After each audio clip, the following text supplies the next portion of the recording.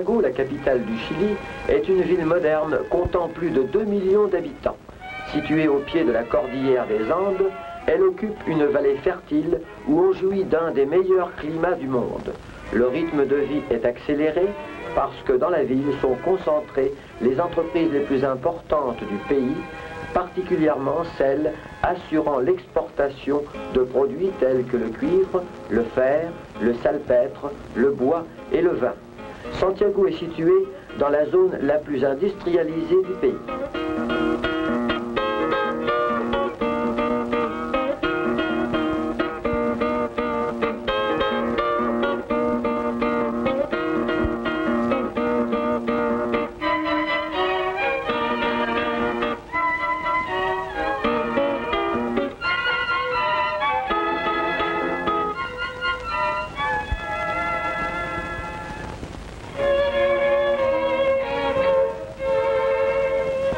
La visite officielle des souverains belges donna lieu à de nombreuses manifestations culturelles et sociales, toujours entourées de la spontanée et joyeuse réaction des habitants de Santiago.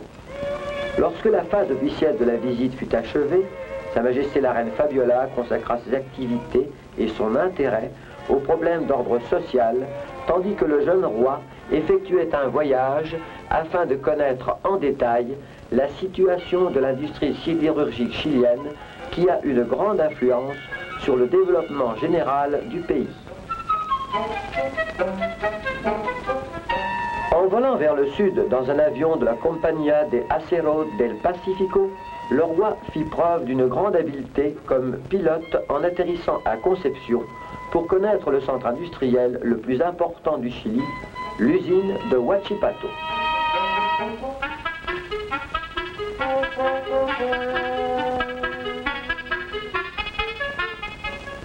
La jovialité et la bonhomie du monarque surprirent agréablement les milliers d'ouvriers et employés de l'usine lorsqu'il s'approcha d'eux en leur serrant la main, tandis qu'en bon espagnol, il leur demandait avec intérêt des détails concernant leur travail ou leur famille.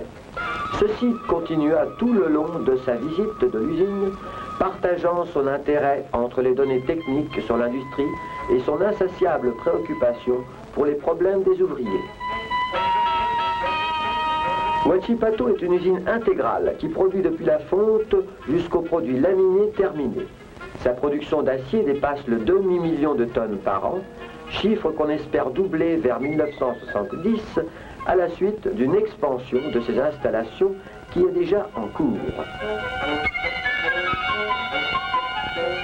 La production de cette usine est basée sur une utilisation intégrale des ressources nationales de minerais et d'énergie électrique, puisqu'on importe des États-Unis seulement une certaine quantité de charbon de faible teneur en matière volatile pour le mélanger avec des charbons provenant de gisements chiliens. Les matières premières utilisées par la Compañía de Acero del Pacífico sont extraites de ses propres gisements de calcaire et de minerais de fer, ce dernier provenant de mines situées à 700 km au nord de Santiago.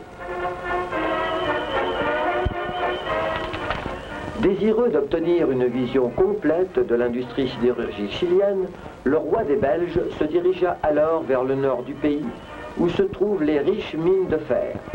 À son arrivée à l'aérodrome de Vallenar, accompagné du ministre de l'économie et de hauts fonctionnaires de la Compañía de Acero del Pacífico, une foule enthousiaste l'attendait.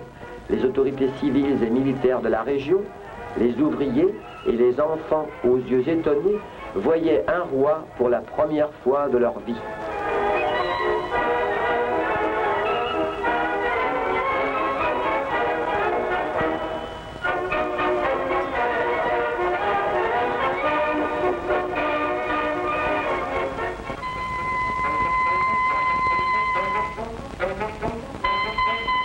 Les mines d'Algarrobo, qui appartiennent à la Compagnie de Acero del Pacífico, se trouvent à 35 km de Vallenar.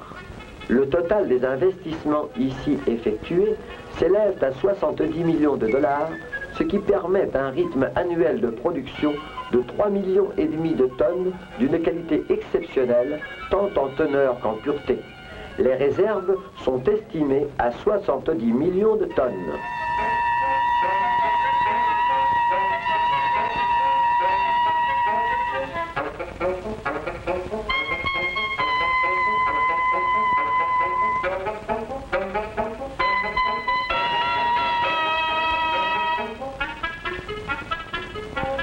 Le roi exprima le désir de s'entretenir avec les ouvriers et s'intéressa vivement à leurs problèmes. Les réponses étaient spirituelles et très franches, et le dialogue fut à plusieurs reprises interrompu par de gais éclats de rire. La suite de l'illustre visiteur fut vivement surprise par le courage du jeune monarque qui, bien que gêné par une affection de la jambe, tint à effectuer à pied la visite détaillée de l'entreprise.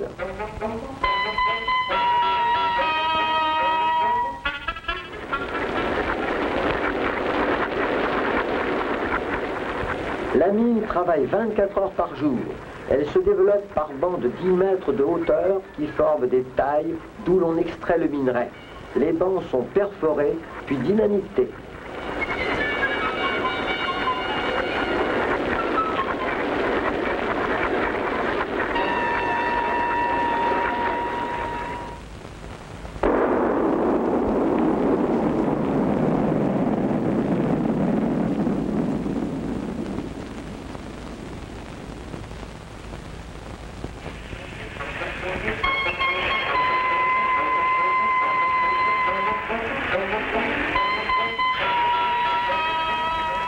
Le minerai ainsi libéré est transporté en camion de 35 tonnes aux installations de concassage.